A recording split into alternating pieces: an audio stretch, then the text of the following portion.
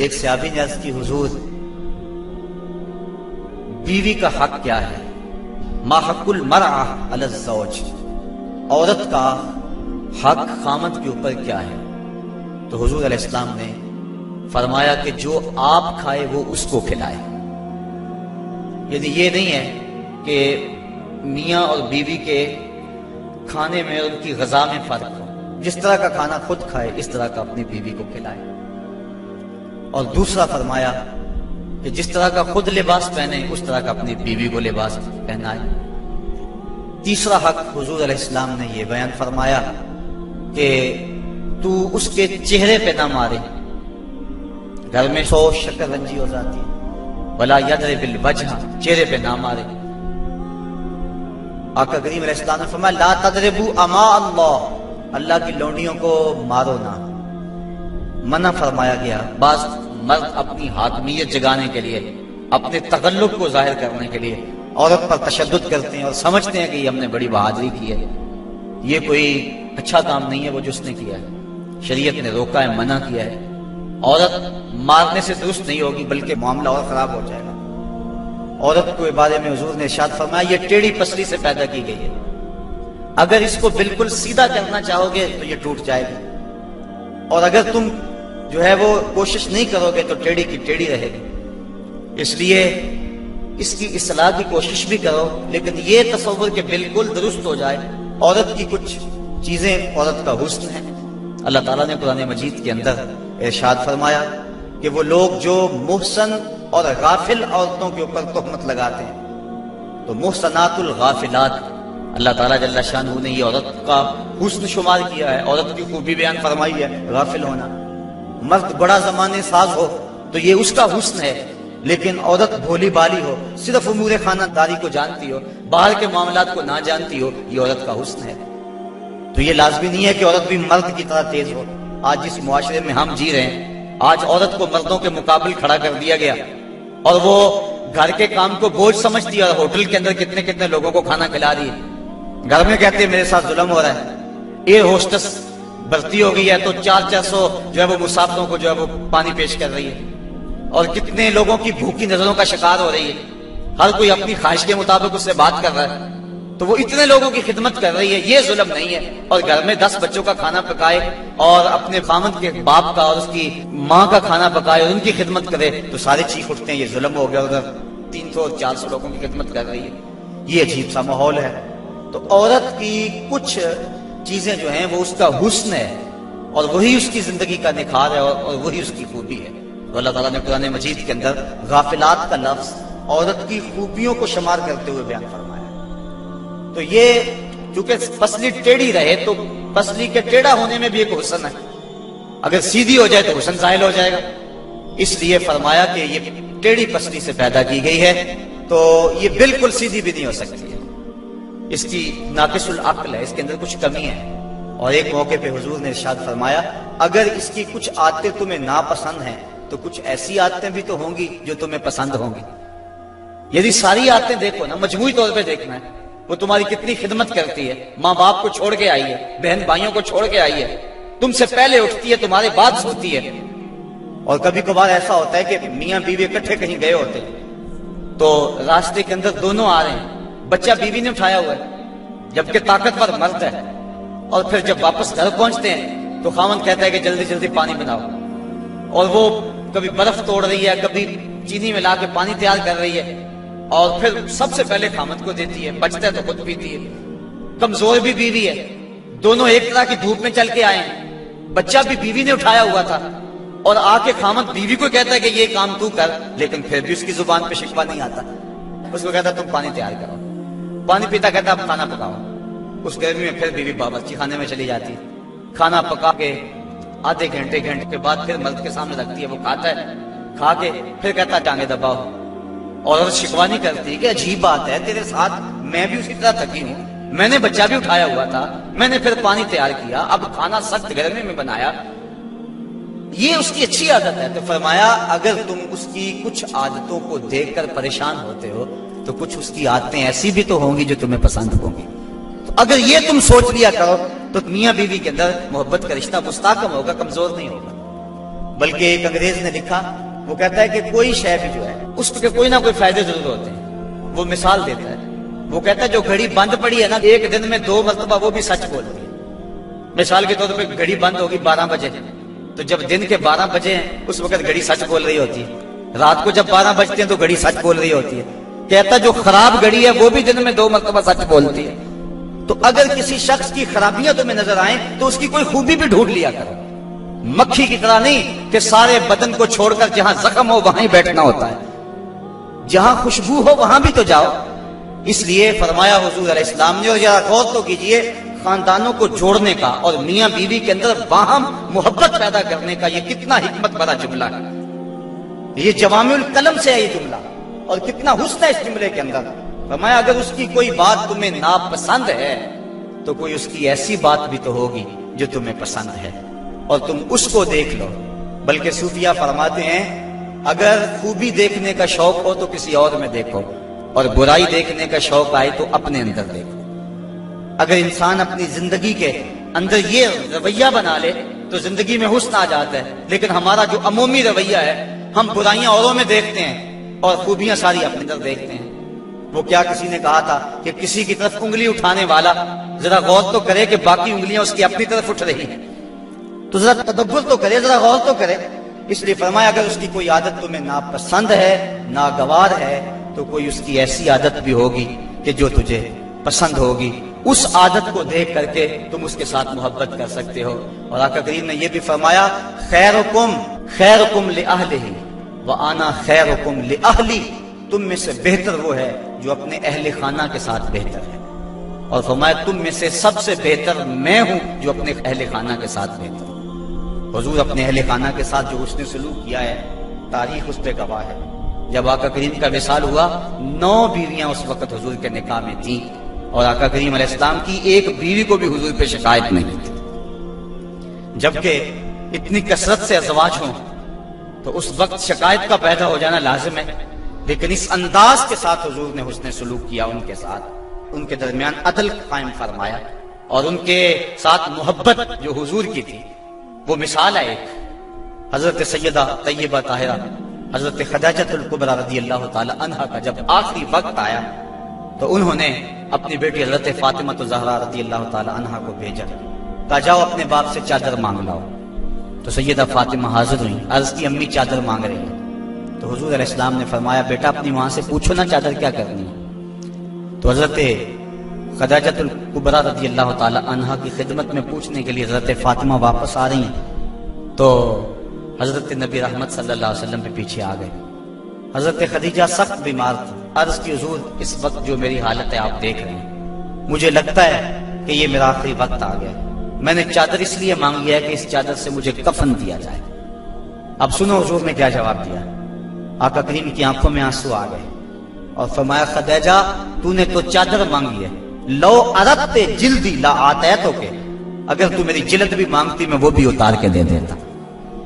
یہ ہے محبت بیوی کے ساتھ، یہ ہے پیار کا رشتہ۔ حضرت ام المومنین سیدہ عائشہ صدیقہ رضی اللہ تعالی عنہا فرماتی ہیں حضور کثرت سے حضرت خدیجہ کا تذکرہ کرتے تھے۔ ایک دن مجھ سے نہ رہا گیا، میں نے کہا حضور آپ اس بوڑھی عورت کا تذکرہ نہیں چھوڑتے؟ تو حضور نے فرمایا عائشہ مجھے خدیجہ کے بارے تکلیف نہ دو، جب پورے مکے نے میرا انکار کیا تھا اس نے میرا اقرار کیا تھا۔ حضرت عائشہ صدیقہ رضی اللہ تعالی عنہا فرماتی ہیں ایک دن حضور بقیع سے واپس آ رہے تھے، میرے سر میں سخت درد ہو رہا تھا، حضور تشریف لائے تو میں نے کہا واہ راسا ہو، ہائے میرا سر گیا۔ تو حضور علیہ السلام نے کہا وَآنَا یا عائشہ، عائشہ یہ تیرے سر میں درد نہیں، یہ تو میرے سر میں درد ہو رہا ہے۔ یہ بیوی کے ساتھ محبت کا انداز ہے جو حضور نے اختیار فرمایا۔ یہ کیسا پیار ہے، یہ کیسی الفت ہے، ذرا غور تو کریں۔ حضرت سودا رضی اللہ تعالی عنہا حضور ان کے ہاں تشریف فرما تھے۔ حضرت عائشہ صدیقہ رضی اللہ تعالی عنہا نے کچھ پکایا، میٹھی چیز تیار کی، جی میں آیا حضور کو دوں۔ آقا کریم حضرت سودا رضی اللہ تعالی عنہا کے ہاں تھے، انہوں نے وہ شے اٹھائی اور حضرت سودا کے حجرے میں چلی گئی، وہ چیز رکھی، کھانا شروع کیا، حضور بھی تناول کر رہے ہیں، حضرت عائشہ رضی اللہ تعالی عنہا بھی تناول کر رہی ہیں، لیکن حضرت سودا نہیں لے رہے۔ ان کے دل میں یہ بات آ گئی کہ میری باری تھی اور یہ کھانا تیار کر کے ادھر لے آئی ہیں، اس لیے وہ نہیں کھا رہی۔ تو حضرت عائشہ صدیقہ رضی اللہ تعالی عنہا نے اس حلوے یا اس کھیر سے انگلی کے ساتھ تھوڑی سی چیز لگائی، حضرت سودا کے رخسار پہ مل دی۔ اب حضرت سودا نے عرض کی حضور یہ دیکھو انہوں نے کیا کیا ہے، تو آقا کریم نے فرمایا نیکی کی جزا نیکی اور برائی کی جزا برائی، ایسا کرو کہ تم بھی بدلہ لے لو۔ تو حضرت سودا نے انگلی لگائی اور حضرت عائشہ صدیقہ رضی اللہ تعالیٰ عنہ کے چہرے پہ لگا دی۔ اب ان کے چہرے پہ بھی وہ حلوہ یا وہ کھیر وغیرہ لگی ہے، ان کے چہرے پہ بھی لگی ہوئی ہے۔ باہر دروازے سے دستک ہونے لگے، دروازے پر کسی نے دستک دے دی۔ اب حضور تشریف لے گئے، دیکھا تو حضرت عمر فاروق کھڑے تھے، ابھی غالباً حجاب کی آیتیں نہیں اتری تھی، تو حضور جلدی جلدی آئے، فرمایا منہ دھو لو عمر آ رہے ہیں۔ اب دونوں کے ساتھ عدل بھی فرمایا حضور نے، اور ایسی شگفتگی بھی پیدا ہو گئی۔ بعض مرد سمجھتے ہیں کہ ہم مرد ہیں اور ہمیں عورتوں کے ساتھ بالکل سیریس رہنا چاہیے، ان کے ساتھ کوئی مزاح نہیں کرنا چاہیے، جبکہ مزاح فرمانا چاہیے۔ عورتوں کے ساتھ حضور نے فرمایا ہے۔ حضرت عائشہ صدیقہ رضی اللہ تعالی عنہ اور حضور جا رہے تھے کسی سفر پہ، حضور کی عادت یہ تھی جب قافلے میں ہوتے سفر کرتے تو سب سے پیچھے ہوتے، تو قافلہ تھوڑا سا آگے چلا گیا تو حضور نے فرمایا عائشہ دوڑ نہ لگائیں، عرض کی ہاں ٹھیک ہے۔ حضرت عائشہ صدیقہ رضی اللہ تعالیٰ عنہ کہتی ہیں کہ میں پتلی دبلی تھی، میں اپنے پاؤں سے آگے نکل گئی، یہ لفظ تھے حضرت عائشہ صدیقہ نے، یہ نہیں کہا میں حضور سے آگے نکلی، بلکہ ادب کا یہ عالم ہے، کہا میں اپنے پاؤں سے آگے نکل گئی۔ خیر معاملہ ختم ہو گیا، کافی عرصہ بیت گیا، ایک دن پھر ہی ایسا موقع بنا، میرے جسم میں تھوڑی سی فربہی آ گئی تھی، تو حضور نے فرمایا عائشہ دوڑ نہ لگائیں، میں نے کہا لگاتے ہیں۔ تو جب دوڑ لگائی تو میں پیچھے رہ گئی، حضور آگے چلے گئے، تو حضور نے پیچھے پلٹ کے دیکھا اور مسکرا کے فرمایا یہ اس دن والا بدلہ ہو گیا۔ تو اب مزاح فرمایا حضور علیہ السلام، اور حضرت عائشہ صدیقہ رضی اللہ تعالی عنہ فرماتی ہیں کہ اللہ کے محبوب علیہ السلام مجھے حمیرہ کہہ کے پکارتے تھے، یہ محبت کا عالم تھا۔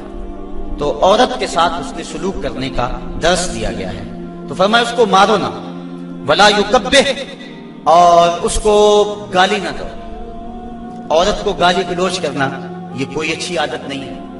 کسی کو گالی دیں آپ یا مجھے کوئی گالی دے تو میرے دل میں جو ہے وہ زخم لگے گا اس گالی کا۔ وہ کیا کسی عربی شاعر نے کہا ہے، تلوار کے زخم میں وہ مٹ جاتے ہیں لیکن جو زبان کے زخم میں وہ نہیں مٹتے، کسی کا مارا ہوا بول ختم نہیں ہوتا۔ اب کسی کو کوئی بات کہہ دے تو ساری زندگی وہ زخم نہیں مٹتا، تو جن میاں بیوی نے اکٹھے رہنا ہو ساری زندگی اور وہ خامد گالیاں دے تو بیوی کے دل میں کتنی نفرت پیدا ہو جائے گی۔ یہ آئلی زندگی کا سسٹم تباہ ہوگا یا نہیں ہوگا؟ اس لیے حضور نے فرمایا کہ چوتھا حق یہ ہے کہ وہ گالی نہ دے، اور پانچواں حق یہ بیان فرمایا حضور نے وَلَا يَهْجُرْ إِلَّا فِي الْبَيْتِ۔ عورت کی کوئی عادت ناپسند ہے یا کوئی ایسا معاملہ ہو گیا تو حکم ہے پہلے اسے سمجھاؤ، اگر وہ سمجھتی نہیں ہے تو پھر حکم ہے کہ اس کا بستر الگ کر دو۔ اب علماء نے اس کے ساتھ بھی شرط لگائی ہے، بستر الگ کرنے کا یہ مفہوم نہیں ہے کہ اس سے بول چال چھوڑ دو، اگر بول چال چھوڑ دو کہ بچوں پہ اثر پڑے گا۔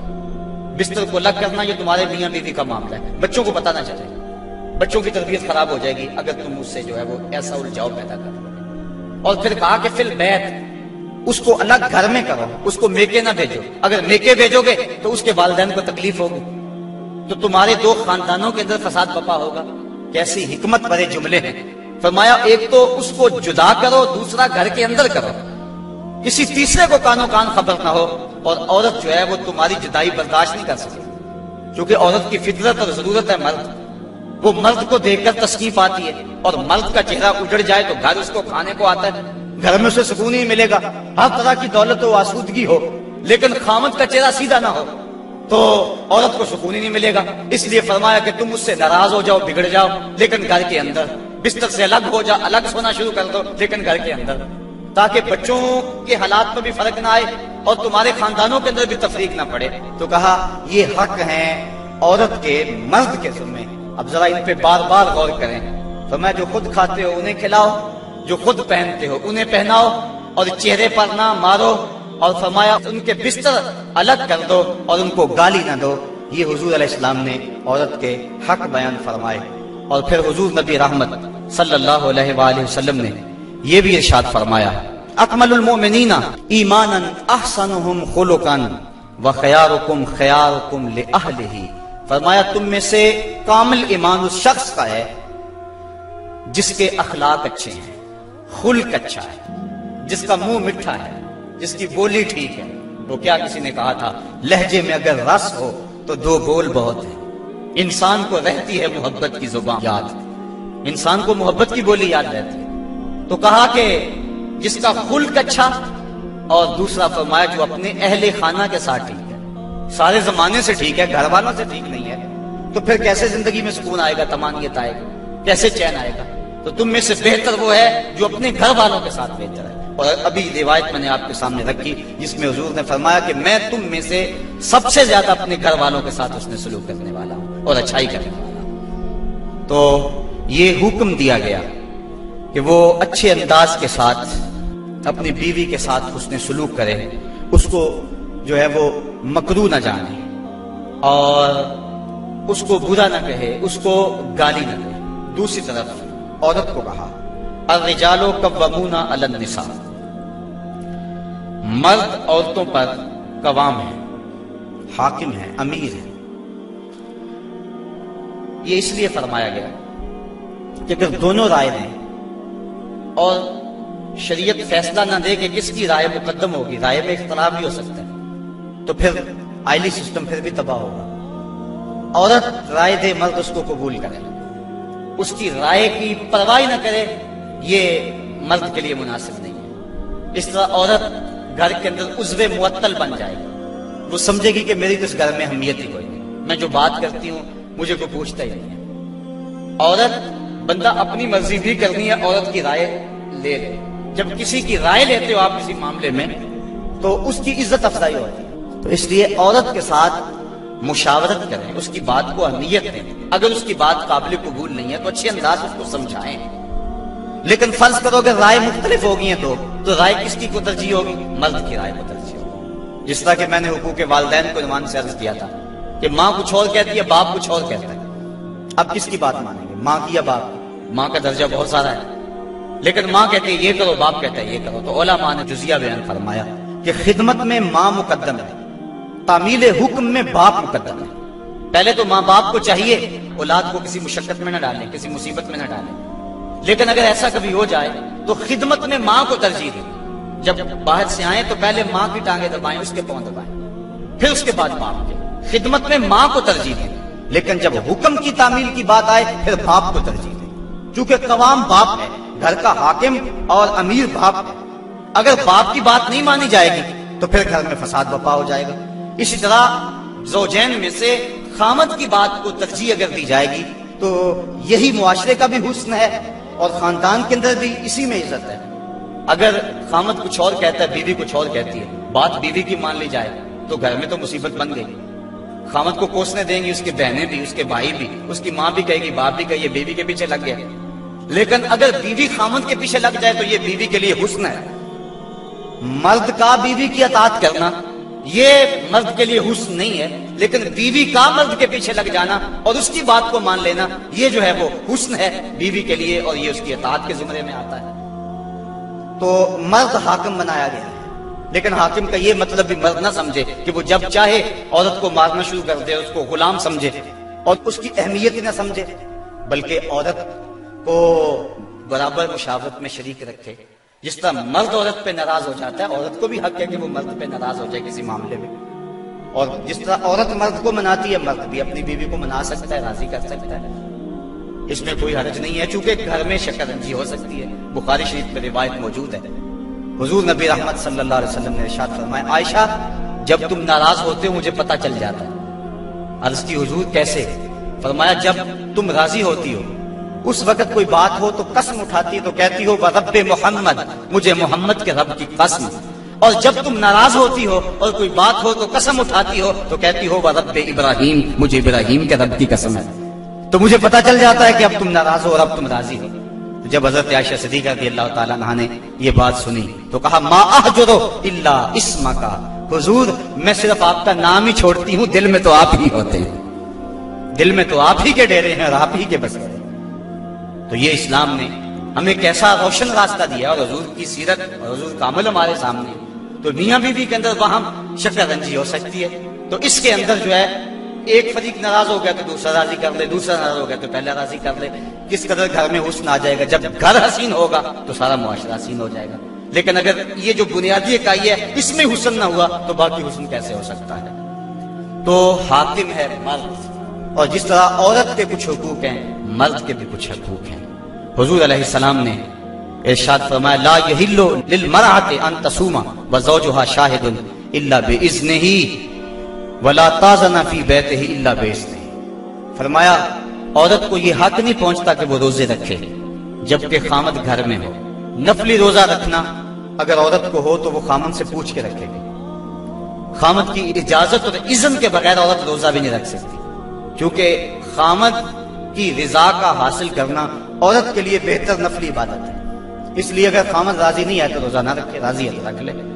اور فرمایا حضور علیہ السلام نے دوسری بات یہ ہے کہ وہ اس کے گھر میں جس کو وہ ناپسند کرتا ہے اس کو آنے نہ دے، اذن نہ دے. اور ایک حدیث کے اندر یہ لفظ ہیں کہ حضور علیہ السلام نے ارشاد فرمایا کہ وہ خامد کے بستر کو روندنے نہ دے. یعنی خامد جس بستر پہ بیٹھتا ہے، سوتا ہے، آرام کرتا ہے، اس بستر پہ کسی کو نہ چڑھنے دے. اور اس پر حضرت ام حبیبہ رضی اللہ تعالی عنہا کا عمل ہمارے سامنے ہے. یہ ابو سفیان کی بیٹی ہیں اور حضور پر حضرت ام حبیبہ ایمان لے آتی ہیں، ان کا شوہر بھی ایمان لے آتا ہے. جب ہجرت حبشہ ہوئی تو یہ دونوں میاں بیوی حبشہ کی طرف ہجرت کر گئے. کچھ عرصہ وہاں گزرا. ایک دن حضرت ام حبیبہ سوئیں تو خواب دیکھا ہے کہ میرے خامد کا چہرہ بدل گیا ہے. تو سخت پریشان ہوئی. صبح اٹھی تو پتہ چلا کہ خامد عیسائی ہو گیا. کسی عیسائی کے پاس بیٹھنا اٹھنا تھا تو اس نے اپنا دین بدل لیا. تو حضرت ام حبیبہ رضی اللہ تعالیٰ عنہ الگ ہو گئی. کچھ عرصے کے بعد خامد بھی فوت ہو گیا. اب وہاں پردیش میں سارے جہان کو چھوڑ کر وہاں گھر بس آیا تھا تو وہاں وہ تنہا ہو گئی. تو سخت پریشان تھی. آقا کریم علیہ السلام نے حبشہ کے حکمران نجاشی کے ذریعے حضرت ام حبیبہ رضی اللہ تعالی عنہا کو پیغام نکاح بھیجا. نجاشی نے ایک لونڈی بھیجی کہ جا کے ام حبیبہ کو کہو کہ اللہ کے نبی تم سے نکاح کرنا چاہتے ہیں. اب حضرت ام حبیبہ کی زبانی اگلی کہانی سنیے. کہتی ہے میں گھر میں بیٹھی ہوئی تھی کہ باہر دروازے پہ دستک ہوئی. میں نے دروازہ کھولا تو ایک خاتون کھڑی تھی. میں نے اس کو بٹھایا تو وہ کہنے لگی میں نجاشی کی سمت سے آئی ہوں، اللہ کے محبوب صلی اللہ علیہ وسلم نے تجھے نکاح کا پیغام بھیجا ہے. کہتی ہیں ایک لمحے کے لیے تو میں حیران ہوئی اور پھر میری خوشی کی انتہا نہ رہی. اور گھر کے اندر جو کچھ موجود تھا اس وقت میرے پاس، میں نے سب کچھ بطور انعام اس لونڈی کو دے دیا. میں نے کہا میرے مقدر کے حضور کے نکاح میں آؤں. پھر اللہ کے محبوب علیہ السلام نے ان سے نکاح کر لیا. وہ مدینہ تشریف لے آئیں. ابو سفیان ان کو ملنے کے لیے مدینہ پہنچے. حضور علیہ السلام کی چارپائی بچھی ہوئی تھی تو یہ جا کے بیٹھنے لگے تو انہوں نے بستر لپیٹ لیا. تو ابو سفیان کہنے لگا رملہ تمہیں کیا ہو گیا؟ یہ بستر میرے قابل نہیں سمجھتی ہو یا مجھے بستر کے قابل نہیں سمجھتی ہو؟ تو حضرت ام حبیبہ کہنے لگی کہ یہ بستر اللہ کے رسول کا ہے اور میں نہیں پسند کرتی کہ اس کے اوپر کوئی مشرک بیٹھے. تو کہنے لگا ابو سفیان کہ تم بڑا بدل گئی ہو. پھر اللہ تعالیٰ نے ان کو بھی اسلام کی بہاریں عطا فرما دی. تو یہ حق ہے خامند کا بیوی کے اوپر کہ خامند کے بستر کے اوپر کسی کو نہ بیٹھنے دے. اللہ کے محبوب علیہ السلام نے فرمایا ایما امرأۃ ماتت وزوجها عنها راض دخلت الجنہ.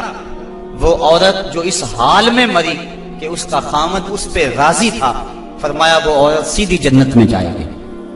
اور ایک روایت میں ایسا ہے کہ 4 شخص ایسے ہیں کہ جن کو جنت میں جانے میں کوئی رکاوٹ نہیں ہوگی. ان میں سے ایک وہ شخص جس نے اپنے والدین کی خدمت کی اور والدین اس پہ راضی ہوئے.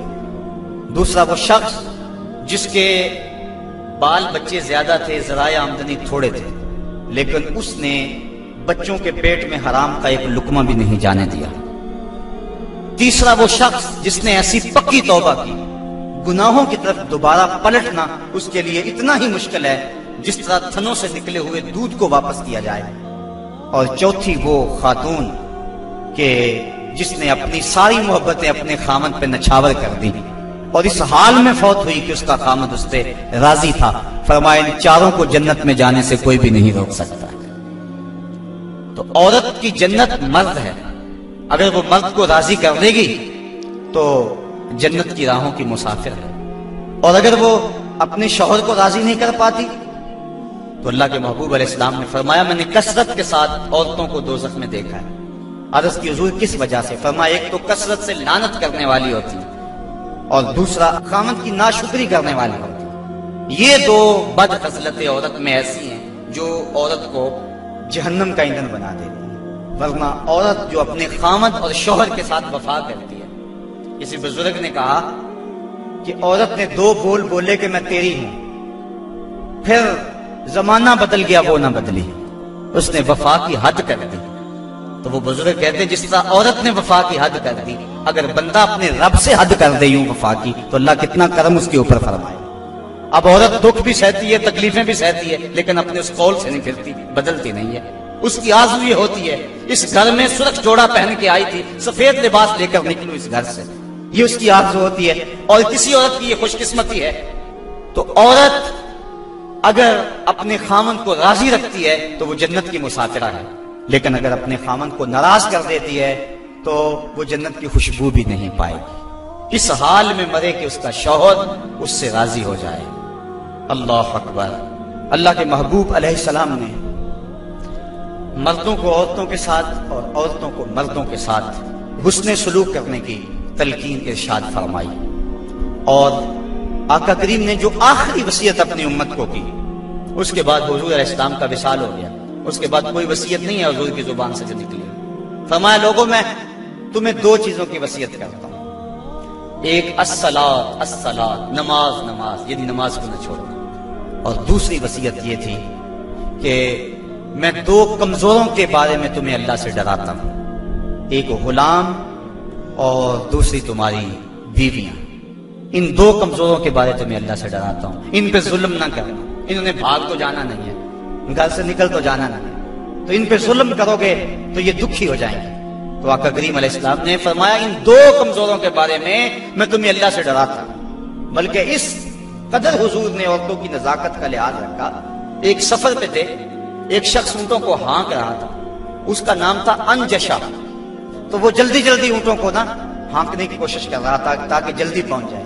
تو آقا کریم نے فرمایا انجشا آہستہ آہستہ، فرمایا یہ جو اونٹوں کے اوپر عورتیں بیٹھی ان کی طرف اشارہ کر کے کہا یہ نازک آبگینے ہیں، کہیں ٹوٹ نہ جائیں۔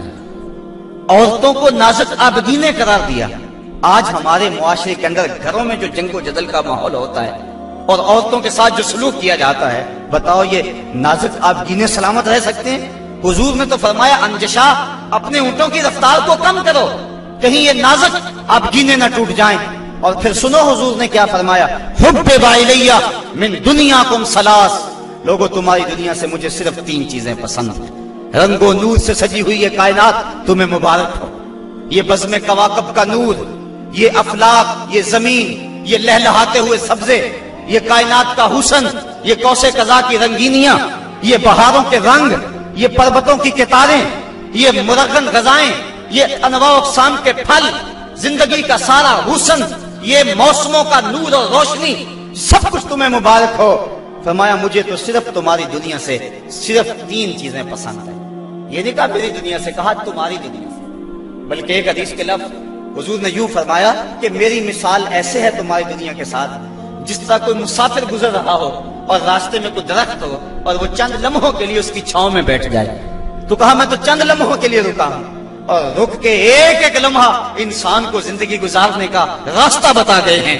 چند لمحوں کے لیے وہ ٹھہرے ہیں جس پیڑ کے نیچے، سنا ہے آج تک اس پیڑ کا سایہ مہکتا ہے، آج تک وہاں روشنیاں پھیلی ہوئی ہیں۔ تو کہا حبب الیہ من دنیاکم ثلاث، مجھے تمہاری دنیا سے صرف تین چیزیں پسند ہیں، الطیب والنساء وجعلت قرۃ عینی فی الصلاۃ، ایک خوشبو، دوسری منکوحہ عورتیں، اور تیسری میری آنکھوں کی ٹھنڈک نماز میں رکھی گئی ہے۔ تو صاحبو، میرے اور آپ کے آقا و مولا حضور نبی رحمت صلی اللہ علیہ وآلہ وسلم نے یہی ہمیں وصیتیں کی، عورتوں کے ساتھ اس نے سلوک کرنے کا، اور عورتوں کو حکم دیا کہ تم اپنے خامند کے ساتھ اس نے سلوک کرو بلکہ فرمایا کہ اگر اللہ کے علاوہ کسی کو سجدہ جائز ہوتا تو میں بیوی کو حکم دیتا کہ وہ اپنے خامند کو سجدہ کیا کرے۔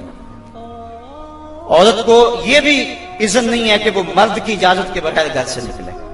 اگر مرد پابند کرنا چاہے عورت کو ہمت نہیں ہے کہ نکلے، شریعت نے منع کیا، بلکہ حضور نے ارشاد فرمایا جب کوئی عورت مرد کی رضا اور اذن کے بغیر گھر سے باہر نکلتی ہے تو آسمانوں کے سارے فرشتے اس عورت پہ لعنتیں نازل کرتے ہیں، اور پھر جب وہ گزرتی ہے جن راہوں سے، انسانوں اور جنوں کے علاوہ باقی ہر درخت، ہر پتھر، ہر شے جو راستے میں آتی ہے اس عورت پہ لعنت بھیجتا ہے۔ تو عورت کو مرد کے اذن کے بغیر گھر سے نکلنے سے روکا گیا، اس کو کہا کہ تو گھر میں ٹھہری رہنا، تیری یہ وفا کا تقاضا ہے۔ اور تو دوسرے مرد کو حکم دیا گیا کہ تو نے اس کا خیال رکھنا ہے، جو خود کھائے اس کو کھلائے، جو خود پہنے اس کو پہنائے، اگر کوئی نوبت تکرار اور لڑائی کی آ جائے اس کے چہرے پہ نہیں مارنا۔ بعض علماء نے کہا کہ اگر مارنا ناگزیر ہو جائے، جس طرح کہ سورہ نساء میں اللہ تعالیٰ نے فرمایا کہ اگر ان سے کوئی ایسا کام سرزد ہو جائے تو پھر ان کو مار لو، تو اس کی شرط لگائی کہ مار علم والی نہ ہو بلکہ اس سے ذہنی تکلیف پہنچانا مقصود ہو۔ اور بعض نے کہا کہ مسواک کی مقدار کے اندر روئی لے کر اس روئی کا ایک ڈنڈا بنایا جائے اور روئی اس عورت کو ماری جائے۔ اب بتاؤ روئی کے ڈنڈے مارنے سے عورت کو کوئی تکلیف ہوگی یا سلحانہ پکڑ کے اس کو مارو گے تو کوئی تکلیف ہوگی؟ تو مقصد عورت کے اوپر مرد نے اپنے غصے کو نکالنا ہے، ورنہ یہ ایک ایسا نازک آبگینہ ہے کہ اگر تم ڈنڈوں سے مارنے لگو گے، ٹھڈوں سے مارو گے اور زبان سے گالیاں دے گے تو یہ مقدس رشتہ اور یہ نازک آبگینہ ٹوٹ جائے گا اور گھر کا ماحول خراب ہو جائے گا۔ وہی میاں بیوی کامیاب زندگی گزارتے ہیں اور انہی کی اولادیں درست ہوتی ہیں جو ان چیزوں کا لحاظ اور خیال رکھ کے محمد عربی کی سنت سیرت پہ عمل کرتے ہیں، اور جنہوں نے اپنے گھر کو جنگ کے نقشے میں بدلا ہوا ہوتا ہے۔ وقتی طور پہ وہ روب جھاڑ بھی لیں لیکن ان کی زندگی کے اندر حسن اور طمانیت نہیں ہوتا۔ تو آج میں نے اس نشست کے اندر یہ چند باتیں آپ کے سامنے رکھی۔ اللہ تعالیٰ جل شانہ کی بارگاہ میں دعا ہے کہ مجھے اور آپ کو رسول کریم کے بتائے ہوئے راستوں پر چلنے کی توفیق عطا فرمائے، اور حضور نے جس طرح اپنی ازواج کے ساتھ حسن سلوک کیا ہے اس طرح ہمیں حضور کے نقوش پاک کی برکتیں عطا فرمائے اور زندگی کا حسن ہمیں عطا فرما دے۔